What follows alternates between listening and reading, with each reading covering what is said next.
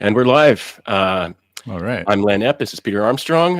We're doing our first sort of real live stream. We're going to be doing more of these in the future, and we'll get better at them as we go along.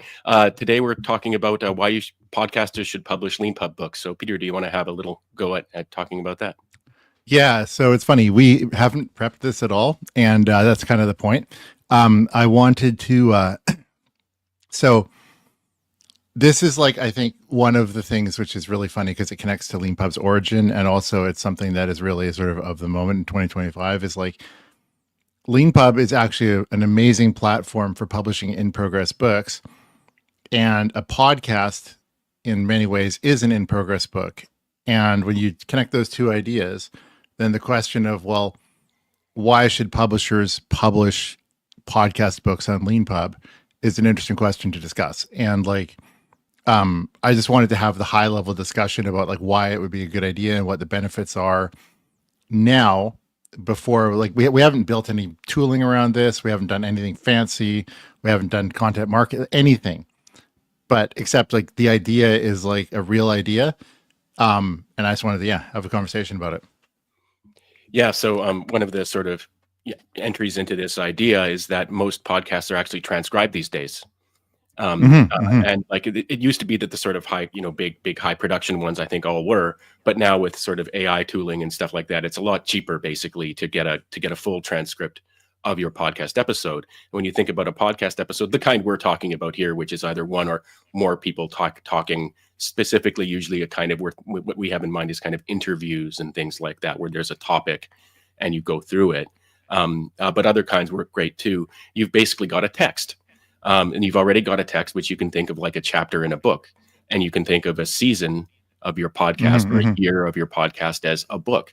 And so you're already partway there. And one of the things I find so interesting is that particularly with these AI tools and how much easier it is to produce things, a podcast is actually the source of many types of content. It might be an audio. It might be also video, a long video, but it'll also be nowadays, it'll be clips. If you're using things like Opus Clip and stuff like that, you can actually get those videos with the two heads on top of each other and the bouncing letters in between pretty easily. You can edit them very, very easily to make them sort of good and interesting to watch. Then you get shorts on, like on YouTube, or you can have little videos on TikTok. And these can live for a long time and be interesting in lots of different ways. You can do multiple passes to get things, but you can also get interesting snippets of text for tweets and posts and stuff like that. There's so much that can come out of a podcast now, and one of those things is a book. Yeah, it's funny. It's like I remember I was listening, speaking of podcasts, to I think the Founders podcast, and I think it goes back to Rockefeller. Like one of the ideas of like sell your waste products, like basically like. And so if you think about a podcast, like just connecting to what you're talking about, like say like we're doing a podcast right now, and it's on why should podcasters publish podcast books. Like if we had a number of conversations around a topic, then you take like the podcast is sort of the source of truth for things, and then you create all these derivative things out of it, right? You have the snippets for Opus Clip or similar tools. You can transcribe with Whisper, and then you can go feed it in and like make blog posts out of like thematic blog posts. You can go make social media sort of tweet storm things, but that's all sort of like derivative short form content. And then if you think about it the other way, it'd be like derivative long form content, right? And it's like, and it's really funny because Leanpub's origin actually is very similar to this. So the first two books, like way back in 2010, were Startup Lessons Learned and the Venture Hacks Bible. So this was blog to book. So Eric Rees was our first customer. And we took his blog and made a book out of it, like with his permission and approval and stuff. And the second one was the Venture Hacks Bible, two people, Babak Nivi and Naval Ravikant, you might have, like, I think that name is obviously very known to people. And we made, like, it was like 1,700 pages or something. Like, it was just basically one gigantic book of all their blog posts. And learned a lot of lessons from that, from both of them. One lesson being like, it doesn't matter who the person is and how amazing they are. If it's not promoted, it's like a tree falling in the forest. Like, if it doesn't get promoted, it won't do as well as it could. But the really interesting thing is a blog and a podcast are very similar things, right? It's episodic content of a certain length. that can be that produces really good raw material that can get turned into stuff. And you could take like the ideas developed in a blog and make like a proper book out of them, like Eric Ries did with the Lean Startup. You can take like lots of podcasters are book authors, but like there is something to be said for just taking the podcast itself and making like thematic books around it, either like something with seasons, like you mentioned, where basically it's like for a typical sort of once a week type podcast, it'd be like, a year would be a good sort of length of time. So you could have like the 2024 edition of some random podcast. There's actually, and one new idea I just want to bring in and just to the discussion was actually there's sort of two types of podcasts I think would be really amazing for this. One is the sort of interview podcast, like conventional, like Diary of a CEO or something like that. The other one is the sort of monologue podcast, like Founders, which is like about one topic, one person just talking for the entire thing. And both of them, I think, could be amazing podcast books. Like interview books, there's lots of good examples of interview books that could literally just like, for example, Founders at Work. It's just, I think it's like 40 interviews of like startup founders or startup founder-ish type of people by Paul Graham's wife, Jessica Livingston. There's lots of interview books, but then the other, there's this sort of monologue podcast book. I mean, that just lines up into a book. Yeah, and one of the things where that you can do with Leanpub is you can actually publish the book in progress, right? So you can you can actually like launch a new series in your podcast. It could have a theme, or it could be a year or something like that, and you can ask people to buy the book, and then you'll add new episodes or chapters to the book as you record and publish them, so people can be following along with the book and its progress along with the podcast wherever they like to see that. It's also a great way to monetize a podcast as well. That can be very difficult. There can be all kinds of ways, but like asking people buy the book is actually a really straightforward way to get people to give people an opportunity to support you, because a lot of people do want to support you. They might prefer to do it with $5 or $10 or more rather than watching ads. Yeah, and another idea is in terms of the archive. Like, so for example, I'm really into the Founders podcast right now, right? And there's like almost 400 episodes of it. And so I listen to it when I'm doing dishes and stuff like that. But like going through a big archive is a bit intimidating, especially, and it's not really searchable. Now, in his specific case, he has like literally an AI product. And so he's taken the sell your waste products thing, like where he takes his notes and he's makes an AI product and sells access to the AI product. But I actually think it's complementary. Like I think a book could be like an in-between level product there, where like you have the AI product, which is like $1,500, I think, and then you could have like books priced like $50 to $100, or even $30 to $80, like for a year.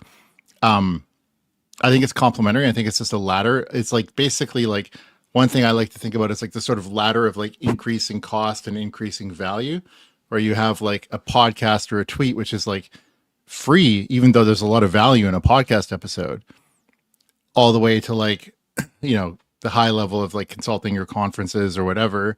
Then you have like AI tool access, and then you have like books out of slices, right? Could be like a lower price, lower value thing along the way. I keep hitting my mic. I'm bad at this.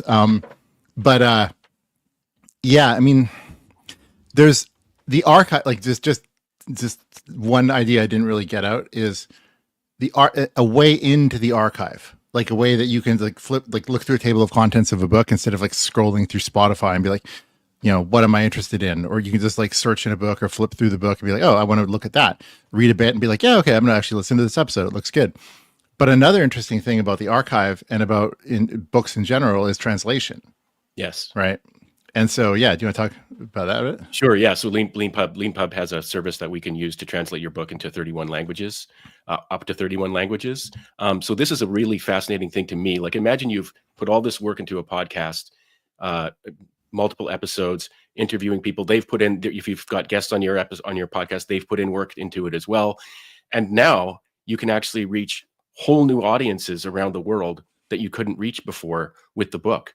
By using our translation services. And one of the things about conversations I think are sort of particularly suited to kind of translation, because often people are trying to speak clearly, they speak in turns, things like that. So it's a format that naturally gives itself over to this kind of thing. Yeah, no, totally. And like, one thing, like if you think about, regardless of how successful a podcast is, there's lots of people, like, I mean, lots of people have like basic level English, like, but they don't necessarily have English where they'd like to listen to hundreds of episodes of a podcast archive. That might not necessarily be enjoyable, or something that they'd want to do anyway. Or else, if the podcast archive did exist in book form, well, obviously they'd rather read it in their language, like in their first language, rather than, and that's the interesting thing. And of course, the interesting thing is that with text to speech now, they actually could listen to the book. Yeah, totally. And the funny thing actually about that is it would work better than the live version, because, say, for example, in Japanese, like the word order is different, right? So you have to like wait until the sentence is done before translating the sentence. And so there'd be like, there's this sort of awkward that you just can't get around. Like unless AI is just making guesses about what the whole sentence is going to be and just translate and just going YOLO on it. Like but if you have obviously a text, you have the text. And so the text to speech is, Yeah, and not to go too much into the details of it, but like our translation services are very sophisticated. They basically have our technology basically has an understanding of the whole of the book when it's translating each of the parts, is the quickest way to put it. Yeah, I mean, and so like the really nice thing about this with podcasts is that you don't even have to have an understanding of the whole of the book. You can have like book length is, it's complex. Like you want to chunk things into pieces so that you have good like context and not yada yada yada. But the point is, one podcast conversation is, a separate thing from a different podcast conversation. And so that type of thing can fit in a context window. And so basically the long and short of it is, you have like, just by doing a podcast, you could, like, in the sort of magical, like I like to think of, like, pretend the infinite time and money, what would you like to exist as a podcaster? And so from my perspective, wouldn't it be amazing if like you just did a podcast and then you clicked one button on Leanpub, and like every year, say for example, every year of your podcast was automatic, like all the previous years were individual books, all translated into like 31 languages up to. And your current year, every episode was part of an in progress book, and that was in your original language only. And then at the end of the year, all the transcriptions happened, or else you could even just do it live. Every single episode, you could translate that and just slot it in afterward. And so you'd have like, you'd be like, it's one of those things, like the podcaster would wake up and all of a sudden it's like, oh, you're actually the author of 5.5 books right now.